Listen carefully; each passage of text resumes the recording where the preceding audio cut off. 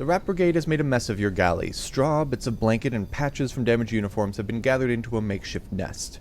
In contrast, tiny notebooks, battered derringers, and hip flasks that are not as small as you might expect are stored with care, stacked in a corner away from prying hands. Talk to the Rat Brigade. Why exactly do they need a locomotive? Perhaps sharing a confidence of your own will encourage candor. Missing numbers. Cinders lights a cigar. Our Sarge kicked the bucket in the blockade. But the night before Our Sarge kicked the bucket in the blockade. But the night before he told each of us he'd left something in a vault. Old Sod must have been loaded. Thing is, we need his account number to get it. He gave part of it to each of us so there'd be no thieving, hence our predicament. That last mission, our LT sold us out. Half the squad died, the rest scattered. We took the numbers off the dead, but we need to find the survivors of the company. Between us, we have the number, and we still have to find the vault. Cinders grinds her yellow teeth in frustration. Sarge kept some stuff at Carillon. Doubt it's the vault, but might be a clue. She cocks her head. 50 sovereigns for a trip to Carillon, then?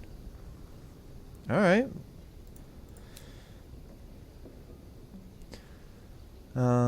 Ask Albrecht about Sarge. They're on a quest because of his bequest. What was he like? How did he die?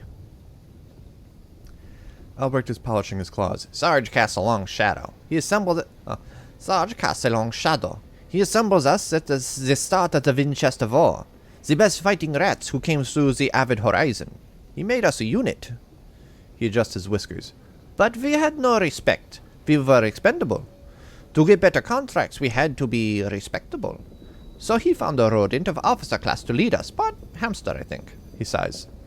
And that's where it all went wrong. He lapses into silence and will say no more.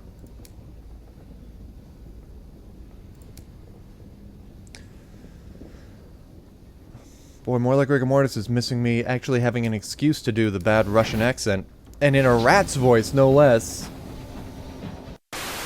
And talk to the vagabond.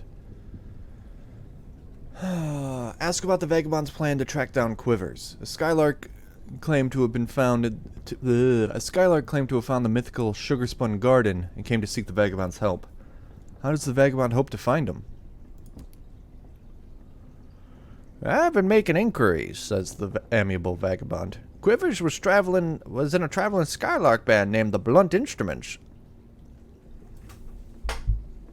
That's a really good band name. The Blunt Instruments. An approach from a gloomy middleman. No sooner have you pulled into the sidings than a long-faced man in a battered coat approaches your locomotive and asks for a moment of your time. The store was unlocked because you have veils of 40 or more. Hear what he has to say. He fiddles with the bent brim of his hat as you approach, his face solemn as a basset hound. His voice is nasal, his eyes gray. I will not wish you a good day. You are a person of intelligence, and the day is manifestly miserable. I want to put that on the wall behind me at work. I myself am newly afflicted by the gout, which has made my mornings a parade of wretchedness. My mornings a parade of wretchedness also should go behind me at work.